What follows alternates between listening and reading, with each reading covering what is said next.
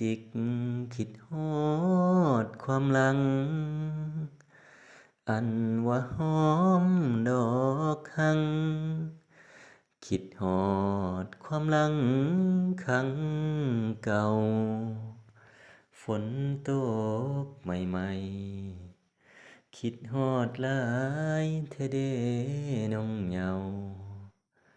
หอมดอกขันเขาคือแก้มเจ้าผู้สาวบ้านนา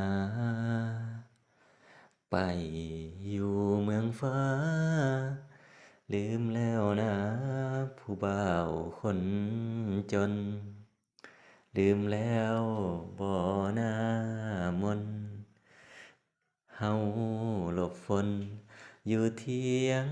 นาน้อยยามฟ้า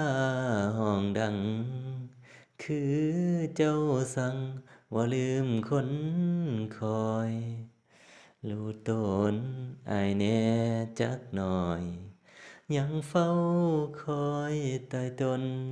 ดอกหังไปหน้าวังวังลืมดอกหังดอกจิกแล้วบ่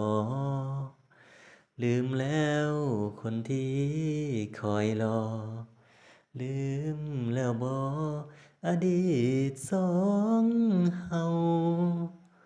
ลมพัดวอยวอยหัวใจน้อยคิดนำผู้สาวเฟซไลน์ก็หายน้อเจ้าลืมบ้านเฮาแล้วบ่คนดีลมพัดวีวีคอยคนดีให้น้องกับหันมา